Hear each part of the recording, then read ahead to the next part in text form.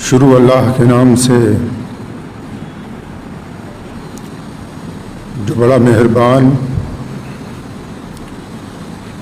और निहायत रहम करने वाला है।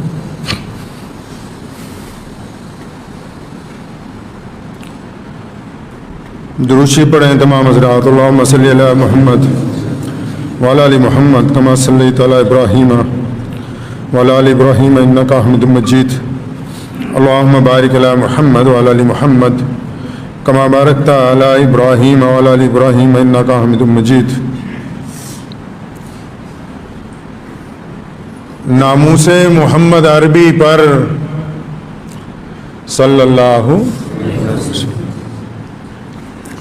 नामूसे मोहम्मद अरबी पर हम जान निछावर कर देंगे। गर वक्त ने हमसे खून मांगा हम वक्त का दामन भर देंगे।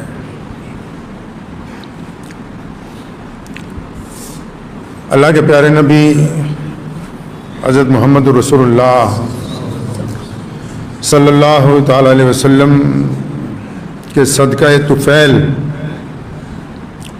हम लोग मुसलमान हैं और इस्लाम में हर दौर में लोगों ने इश्क़ रसूल सल्लल्लाहु अलैहि वसल्लम में कुर्बानियाँ दी।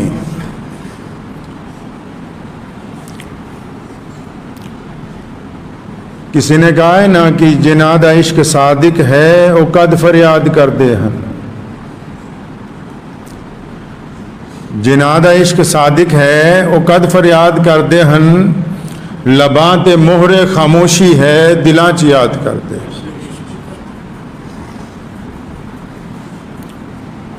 मेरे वालिद मोहतरम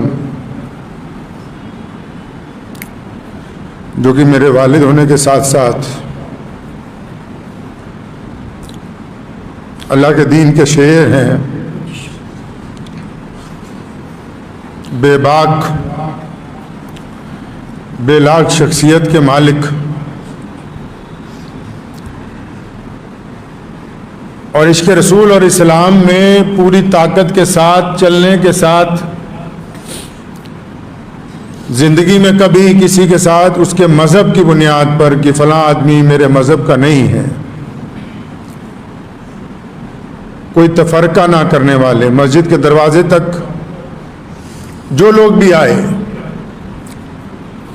बिना उनका रंग, उनकी नस्ल, उनका मज़हब देखे हुए इस नीयत के साथ कि हमारे प्यारे नबी हज़रत मोहम्मद रसूलुल्लाह सल्लल्लाहु अलैहि वसल्लम ने हमें इंसानियत की तहफ़्फ़ुज़ के लिए, इंसानियत की फ़लाह व बहबूद के लिए भेजा है, उस काम को लगे रहें।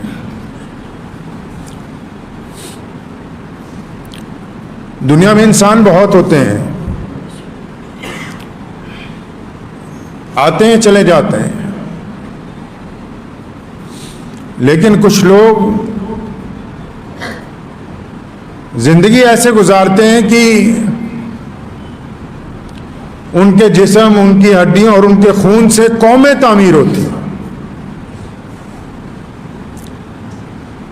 उनके लबो लहजे से लोगों में ईमान जिंदा होता है।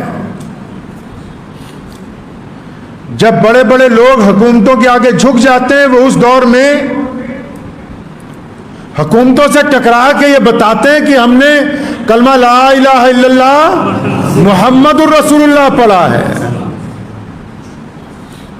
जब ये कहने वाले लोग कि अल्लाह के अलावा हम किसी से नहीं डरते और वो डर जाते हैं, ऐसे दौर में ये अल्लाह के शेर जो हैं जब गरजते हैं तो कुफर के ऊपर हैबत तारी हो जाती है।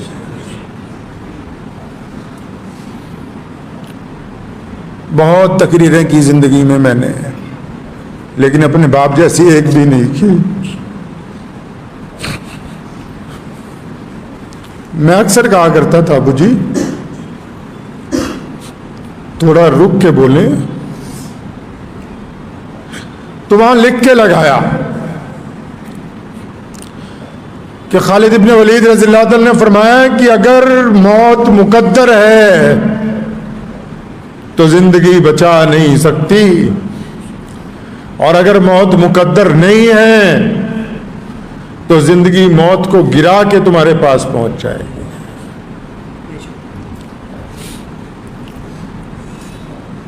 पिछले चंद सालों में जब अच्छे अच्छे लोग खामोश हो गए, बड़े बड़े चैनलों ने उनके खिलाफ खबरें चलाई कि देखो पंजाब का शाही इमाम, तो मैंने कहा कि ये आपने जो गुफ्तगू की है, फरमाया ये रसूलुल्लाह का हुक्म है कि सच बोलो, हक के ऊपर कायम रहो। गरीब की मदद के लिए अगर अमीर की नाराजगी लेनी हो तो लो, मजलूम की मदद के लिए अगर किसी चौधरी के साथ टकराना हो तो टकराओ। दीन इस्लाम के तहफ़्फ़ुज़ के लिए हमें कहा करते थे कि इस्लाम और मुसलमानों के तहफ़्फ़ुज़ के लिए कभी ये नहीं सोचना कि फ़लाँ अफसर नाराज़ हो जाएगा, फ़लाँ हुकूमत नाराज़ हो जाएगी। कहेंगे जब तक अल्लाह पे यकीन रख के अपनी कौम के लिए खड़े रहोगे, दुनिया की कोई ताकत तुम्हें गिराने वाली नहीं। रात हम लोग साथ थे जब उनका इंतकाल हुआ। बहुत देर कलमा शरीफ का विर्द करते रहे, दुरूशी पढ़ते रहे। होश आती थी तो मेरी वालिदा को कहते थे वजू कराओ नमाज पढ़ रहे। सबक दिया अपने साथियों को, अपने बच्चों को, अपने ख़ानदान के लोगों को कि नमाज के साथ ताकत हासिल करनी है। 25 दिन पहले चेन्नई गए हम अब्बू जान को लेके, वहाँ लीवर का ऑपरेशन था। तो डॉक्टर जब करने लगा तो उसने कहा कि आपको थोड़ा सा बेहोशी का इंजेक्शन दिया है, लेकिन आपको पता लगेगा कि हो क्या रहा है, तो आप क्या तकलीफ बर्दाश्त करेंगे। तो मैं जब गया मुझे कहने लगे, मैं डॉक्टर को कहा कि तुम अपना काम करो, मैं दुरूद शरीफ पढ़ रहा हूँ। मौत तो मुकर्रर है, लेकिन ऐसे लोग कम होते हैं कि जिनका नाम लेके लाखों लोगों का काम बन जाए। जो करोड़पति लोगों के घर ही ना गए हो कभी और गरीब की झोंपड़ी में बार बार जाते हैं। मुझे याद है अभी पिछले साल की बात है, अबू जान यहाँ बैठे हुए थे, कोई साहब आए बेंगलोर से, यहाँ किसी शादी में आए थे, बहुत रईस आदमी थे। तो अबू से मिलने के बाद जब वापस जाने लगे फिर लौट के आए, बाप बेटा बैठ गए। कहने लगे हज़रत मैं ये चाहता हूँ कि आप, आपके बच्चे, आपकी बीवी हमारी तरफ से उम्रे पे जाएं।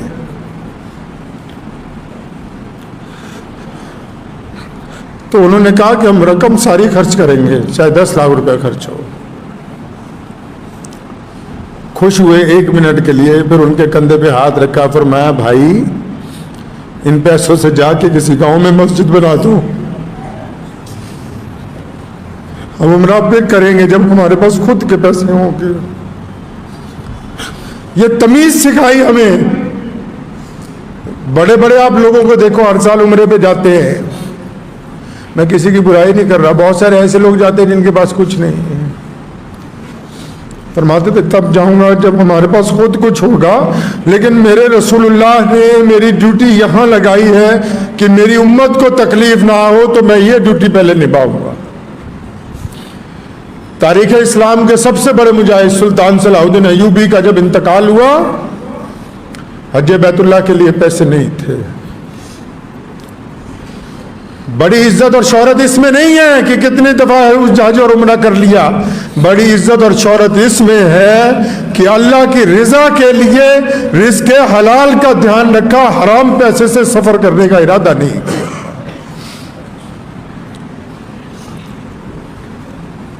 मुझे एहसास है कि वो मेरे वालिद का नहीं इंतकाल हुआ, पूरे पंजाब के लाखों मुसलमानों के सरपरस्त का इंतकाल हुआ है। अभी की बात है, 2-4 दिन पहले किसी शहर में कोई पंगा छोटा सा पड़ा मुसलमानों का, मुझे कहा जा वहाँ जाके अच्छी तरह जो फिरका परस्त हैं उनका रगड़ा लगा के आ। मैं कहा ठीक है जी, आप ठीक हो जाए, मैं जाता हूँ। और ईमान अल्लाह ने ऐसा अता फरमाया, 2-4 बातें आपको इसलिए बता रहा हूँ कि सारी ज़िंदगी जिस आदमी ने आपकी खिदमत की है, अभी 2 महीने कबल यहाँ अपनी जगह पे बैठे मुझे बुलाया इत्मीनान के साथ, पंजाबी किया, फरमाया अल्लाह के नबी सल्लल्लाहु अलैहि वसल्लम ने कोई सुनेहा भेजना है, कोई पैगाम भेजने है रसूलुल्लाह को। तो मेरी आंखों में आंसू आए। फरमाया मैं जा रहा हूं और मरने के बाद रसूलुल्लाह की जियारत होनी है, कोई पैगाम भेजना तो बताओ, मैं जाके कह दूंगा जो जरूरत है तुम्हारी।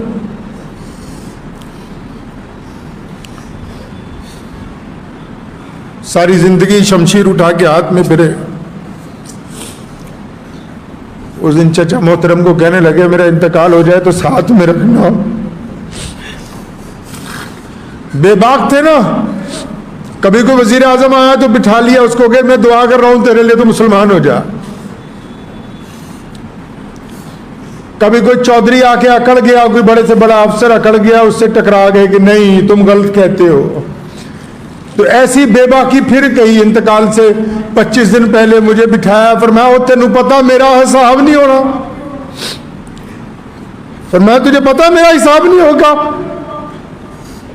रोने लगे। फिर मैं कहा बुझी क्यों नहीं होगा? कहने लगे मैं 10 साल का था, मेरे बाप ने मुझे इन मस्जिदों को खुलवाने के लिए लगा दिया, मैं 10 साल की उम्र से अल्लाह के रास्ते में लड़ रहा हूं और मेरा ही अगर हिसाब होगा तो फिर क्या हो सकता है? पर मैंने ऐसे ही जाना है। मुझे लगा कि मेरा बाप सिर्फ हुकूमत में बड़े बड़े लोगों से नहीं टकराता, इसको अपने अल्लाह और उसके रसूल से मोहब्बत इतनी है, ये उन फरिश्तों को भी खातिर में नहीं लाता जो रास्ते में आने के मुंतजिर हैं अभी। पर मैं 10 साल का था, मेरे बाप ने कहा कोट मोहल्ले की मस्जिद में आजान दे, लोग पत्थर मारते थे। ड्यूटी लगा दी कि सूफिया बाग की मस्जिद में 5 वक्त नमाज पढ़नी है। कोई था ही नहीं नमाज पढ़ने वाला। जब जाना लोगों ने ईंटें पत्थर मारनी कि कम से कम ये छोड़ जाए मस्जिद को।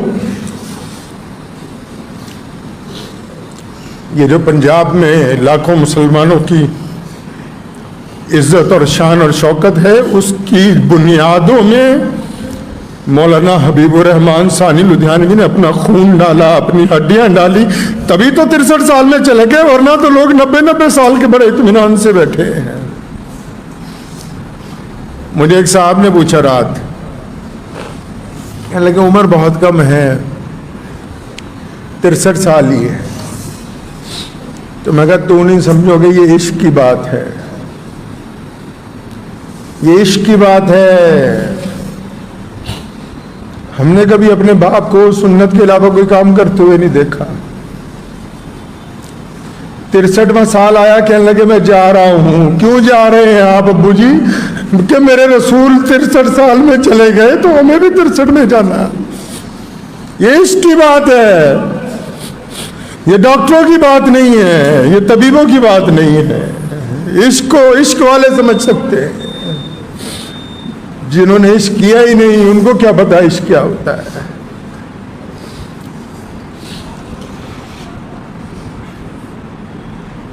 अपने वालिद मोहतरम के इंतकाल के फौरन बाद 30 साल की उम्र में जिम्मेदारी मिल गई। लोग देखते थे, लोग समझते थे बहुत लंबी उम्र के हैं, लेकिन इस तरह इस खुश उसलूबी के साथ, इस खुश उसलूबी के साथ जिंदगी गुजारी कि हमें भी सिखाया। लाखों लोग आते हैं, हजारों लोग पैसे ले लेके कि हज़रत इतने पैसे ले लो, फला अफसर को बस एक फोन करना है काम हो जाएगा। फरमाया हराम का पैसा मैं अपनी औलाद के हलक से नीचे नहीं उतारूं। दौलत का क्या है? दौलत कभी भी कमाई जा सकती है, इज्जत नहीं कमा सकते। और इज्जत भी कौन सी? जो अल्लाह और उसके रसूल सल्लल्लाहु अलैहि वसल्लम वाली, जिसने लाखों लोगों के दिलों में जज्बा पैदा किया, पूरे मुल्क में घूम गए। अकेला पंजाब ने कोई सूबा नहीं छोड़ा जहां नहीं गए, तलवार उठाई चल पड़े। एक इसलिए जा रहे हैं, फिर मैं चाहता हूं ये कम से कम इनका जमीर जिंदा रहे, जमीर न मुर्दा। मुल्क की बात आई, कोई दिन कोई साल ऐसा नहीं गुजरा जिस दिन 15 अगस्त को झंडा ना लहराया हो, लेकिन मुल्क में अगर किसी ने अकलियतों के साथ गुंडा करने की कोशिश की हो तो कोई दिन भी ऐसा नहीं गुजरा कि उन गुंडों का जवाब न दिया।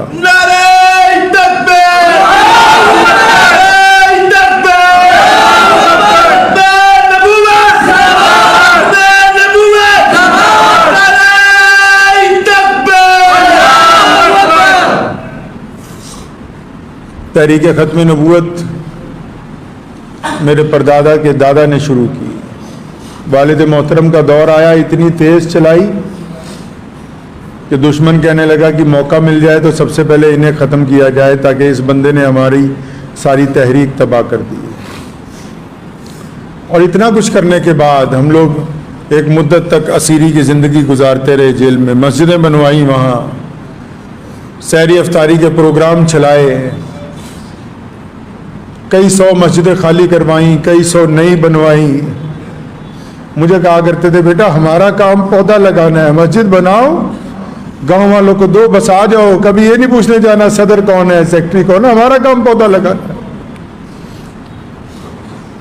बेइंतहा बच्चों को कि तुम पढ़ लो, उन पे रकम खर्च की। मांगने वाले बार बार आते हैं, अब भी आते हैं, अल्लाह उनको आता रखे। कई लोग झूठ बोल के आते हैं, फरमाया जो भी आ रहा है, चाहे झूठ बोल के आ रहा है, सच बोल के आ रहा है। करीब में बैठे हुए किसी साथी ने कह देना कि ऐसे झूठ बोल रहा है, फरमाया चाहे झूठ बोल रहा है, सच बोल रहा है, जो रसूलुल्लाह की मस्जिद तक आ गया, हमारी जिम्मेदारी है कि खाली ना जाए वो। हम कौन होते हैं दूसरे का हिसाब लेने वाले कि वो सच बोल रहा है कि झूठ बोल रहा है। मैं पूरा मुल्क घूमा हूं खत्म नबूवत की तहरीक में, पूरा पंजाब घूमा हूं। जाता था तो मुस्तकीम भाई बैठे हुए हम लोग, हमें पता था कि पीछे हमारे एक बहुत बड़ी ताकत मौजूद है, जहां मर्जी उठे चल पड़े, बस जिससे दिल चाह टकरा गए। खुदा की कसम ऐसे ऐसे गुंडों को सरनगू किया कि लोग अंदाजा नहीं लगा सकते, बस इसीलिए कि पीछे हमारा बाप बैठा हुआ है।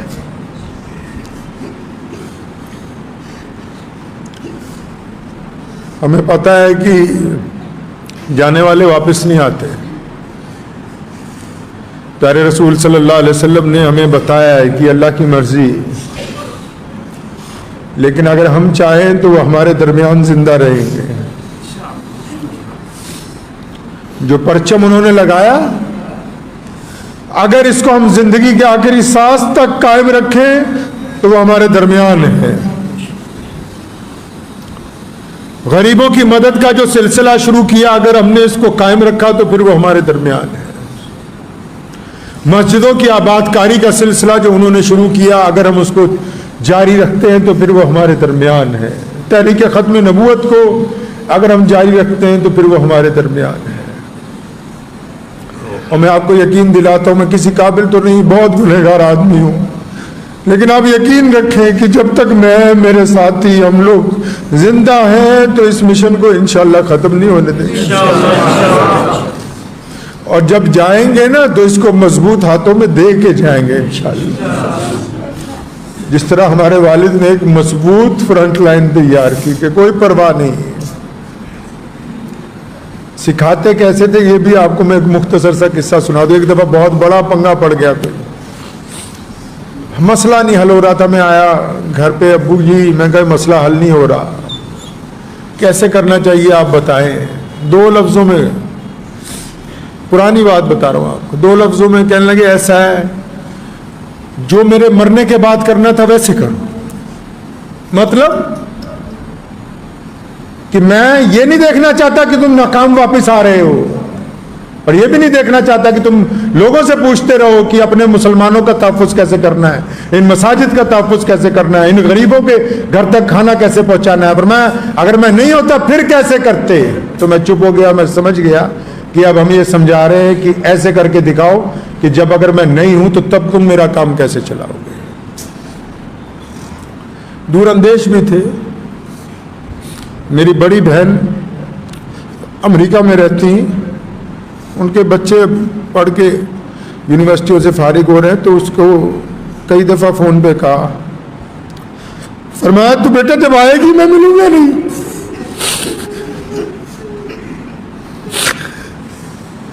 तो ये इस साल भी फिर, तो अभी जब ज़्यादा बीमार हुए तो उनका फ़ोन रोज़ आता है मेरी हमशीरा का, तो मैंने कहा बाजी आप जल्दी आए, आपसे अबू मिलना चाहते हैं। तो उसने 7 तारीख की सीट बुक कराई। सुनिए बड़ों के लफ्ज़ कैसे होते हैं। आज 10 तारीख है, 7 तारीख की सीट बुक कराई शिकागो से दिल्ली के लिए, और मुझे 8 को उसे लेने जाना था। तो वो 7 को जब एयरपोर्ट पहुंची तो एयरपोर्ट वालों ने कहा कोरोना टेस्ट कराया? उसने कहा हाँ जी कराया है। तो उन्होंने कंप्यूटर में चेक किया तो कहा इसमें नहीं आ रहा।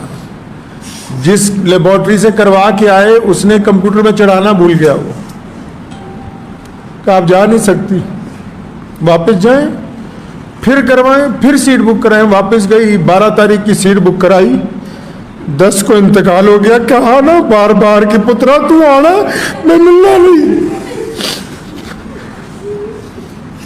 तो मैं जब तू आएगी मैं नहीं मिलूंगा।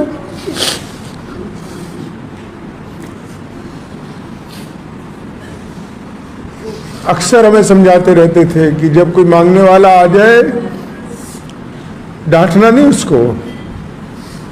तो मैं वो अल्लाह से मांगने आ रहा, हमें तो अल्लाह ने वैसे ही बीच में फंसा रखा, ऐसे दे रखी है कि जाओ जाके उनसे ले लो।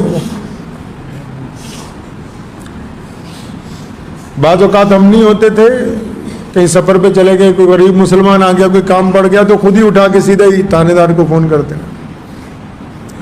बाद अफसरान परेशान हो जाते, भाई शाही इमाम साहब का सीधा फ़ोन आया, क्या बात हो गई।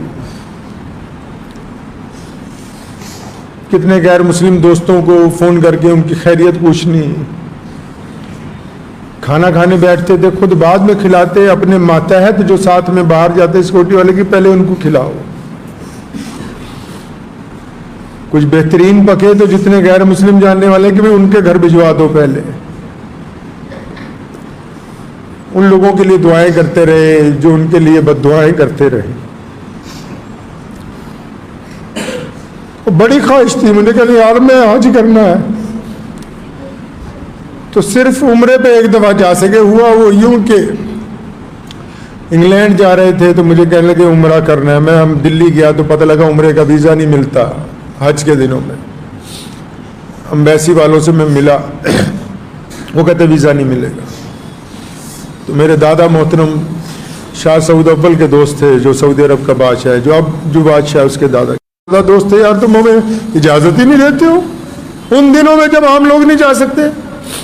तो मेरा एजेंट कहता था नहीं मिलेगा, तो शाम को वीज़ा लग के आ गया और रात को बैतुल्लाह में पहुंच गए अल्लाह के फजल करम से, ताकि ये सीधे रास्ते पे कायम रहे।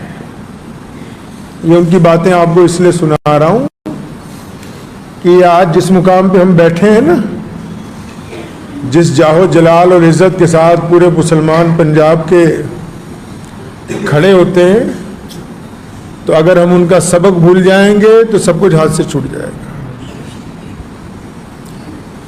एक बात समझाई, मैं आपको भी बताता हूँ। फरमाया किसी मुसलमान की बुराई नहीं कर रही। हम बड़े बड़े वजीरों से मिलते हैं, कितने गैर और मुखालिफ भी होंगे और सियासतदान भी मुसलमान होंगे। मैं अपने भाई की बुराई नहीं करना किसी के पास जाके, कमिश्नर को ये नहीं कहना कि फलां मुसलमान से हमारी नहीं बनती। और मैं अपने भाई को कमजोर करोगे, पहले उसको गिरा दिया जाएगा, फिर तुम्हारी बारी आ जाएगी। मिलके अपने घर के अगर शेर को मारोगे तो गली के कुत्ते तुम्हारी बोटियां नोच लेंगे। इत्तेफाक का सबक पढ़ाया, इत्तेहाद का सबक पढ़ाया। जिस दिन लॉकडाउन लगा पहला, तो मुझे कहा कि एक तो ये सड़क हमारी घर की, एक जहाँ हमारा घर है हबीब रोड पे, वो हमारी घर की। कहने यार जितने लोग रहते ना उनको जाके कहो, हालांकि सब मालदार हैं, कि कोई ज़रूरत हो कहीं आना हो जाना हो तो हमारे पास तो गाड़ियाँ हैं बेहतरीन, तो हमारे पास तो अल्लाह ने साथ में हिफाजती अमला दिया हुआ है, तो इनको कहीं जाना हो इस पे पास लगे हुए हैं, जिसको ज़रूरत हो लेके जाए। तो मुझे सामने मंदिर है का पंडित जी के पास जाओ, वो हमारे पड़ोसी हैं। मैं उनके पास गया, फिर मैं कहा शाह इमाम साहब कहते हैं आप हमारे पड़ोसी हैं, कोई बात हो, हालांकि उनको ज़रूरत नहीं थी, तो कोई बात हो, कोई ज़रूरत हो, कहीं आना हो जाना हो, हमें खिदमत का मौका दें। तीसरे दिन कहने लगे यार सारा शहर राशन बांट रहा है, सारा शहर राशन बांट रहा है, सिर्फ गरीबों को बांट रहा है। मैं कहा फिर आपा किन्हां नूं बनना है? पर मैं गरीबों को नहीं बांटना। जो सफ़ेद कपड़े में मिडिल क्लास फैमिली है ना, जो जाके मांग ही नहीं सकती, मैं कहा फिर क्या करें? क्या अखबार में ऐलान निकाला हो कि जामा मस्जिद से बिना फोटो खींचे हुए राशन दिया जाएगा। सोच सकता है आम आदमी इस बात को?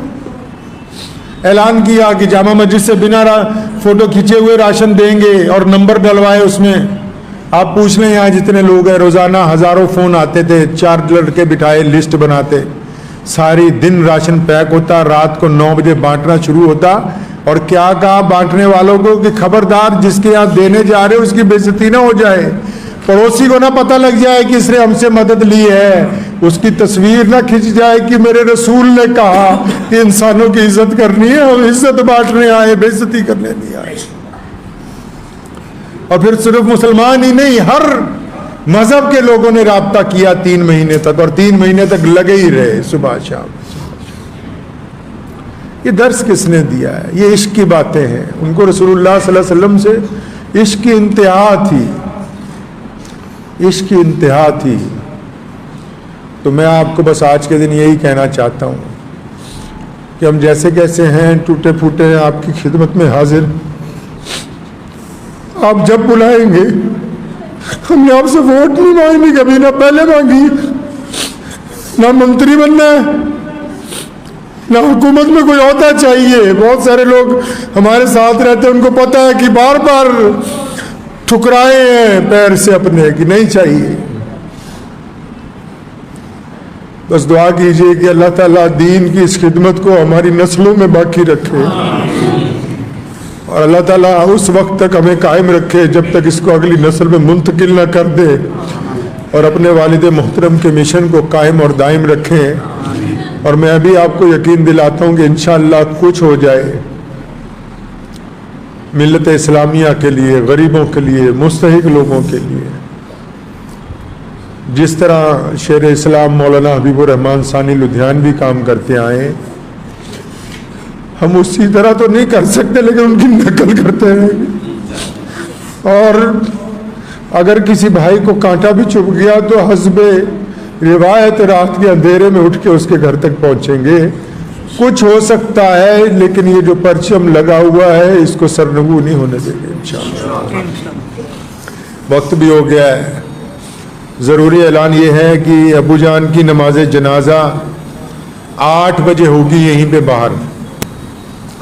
8 बजे इसलिए रखी है कि जुमे का दिन था, तमाम मस्जिदों में जुमा होना था। पहले इरादा था ज़ोहर में करेंगे, तो तमाम हज़रात 8 बजे इंशाअल्लाह ताला आ जाए और तदफीन यहीं पे उनके वालिद मुहतरम के साथ मस्जिद के अहाते में होगी। उनको खिराज अकीदत तो यही है बस। मेरे दादा मोहतरम का 24 रमज़ान को इंतकाल हुआ, तो इंतकाल से पहले अबू को बुलाया, जुबान बंद हो गई थी, हाथ से इशारा किया, फरमाया नारे लगवा जाके। हमारे बाप ने कानपुर गए, हलीम इंटर कॉलेज में मायावती मुख्यमंत्री थी, बुला लिया उसने कि तकरीर करेंगे। मौलवी होगा कोई अच्छी तकरीर कर देगा। तकरीर करते करते काशीराम को दावत इस्लाम दी और फिर अल्लाह अकबर के नारे लगवाए। तो मैं समझता हूँ कि उनको अच्छी खिराज अकीदत रसूलुल्लाह की ये सुन्नत है। कहा करते थे कि मिसवाक रखना भी सुन्नत है, नारा लगाना भी सुन्नत है। मेरे साथ मिल के 3 नारे लगा ले और दुआ करे अल्लाह उनकी मग़फ़िरत फरमा दे, जो कताइयाँ गलतियाँ हुई अल्लाह माफ़ फरमा दे। 5 बजे हमारे घर से जनाजा यहाँ पर आएगा, हबीब रोड पे, जो ब्राउन रोड नई वाली मस्जिद है उससे थोड़ा सा और आगे जाएंगे तो वहाँ पे हबीब रोड है, वहाँ पे घर से जनाजा 5 बजे उठाया जाएगा। 5 बजे वहाँ से जनाजा यहाँ पे आ जाएगा और फिर यहाँ 5 बजे से लेके 7 बजे तक जो लोग ज़ियारत करना चाहेंगे, देखना चाहेंगे, वो देख सकते हैं। और उसके बाद 8 बजे नमाज जनाजा इंशाअल्लाह पढ़ा के यहीं पे तदफीन होगी। ये जो प्रोग्राम मैंने आपको बताया व्हाट्सएप और फेसबुक के ज़रिए बाकी साथियों को भी बता दें, ताकि जिनको ना पता हो, मुगालते में हो, उनको पता लग जाए। मेरे साथ मिलके बस 3 नारे लगा लीजिए इंशाअल्लाह ताला। आज इरादा नहीं था, हिम्मत नहीं थी, पहले मुस्तकीम भाई को मैंने कहा 1:15 बजे 15 मिनट के लिए बोलूँगा। फिर हमारे मोहम्मद अली भाई आए हुए हैं किराना से, तो उन्होंने मुझे आके इसरार किया कि नहीं आ जाओ। तो मुझे अपने अब्बा की बात याद आई। फरमाया जब हादसा हो जाए, परेशानी हो जाए, मेरी दादी का इंतकाल हुआ, मेरे दादा का इंतकाल हुआ, जमात का जब टाइम हुआ, सारे काम छोड़ के आके नमाज में, फरमाया यही वक्त है, यही वक्त है। अभी पहचाना जाता है मोमिन के जब जरा सी मुसीबत आई उस वक्त नमाज भूल गया, तो यही वक्त है। तो पहले मैंने लड़कों को नारे की बरकत से अल्लाह उनकी मगफिरत फरमा दे। नारे तकबीर, बात नहीं है। नारे तकबीर, नारे तकबीर। इस्लाम, इस्लाम, खत्मे नबूवत, खत्मे नबूवत। नारे तकबीर।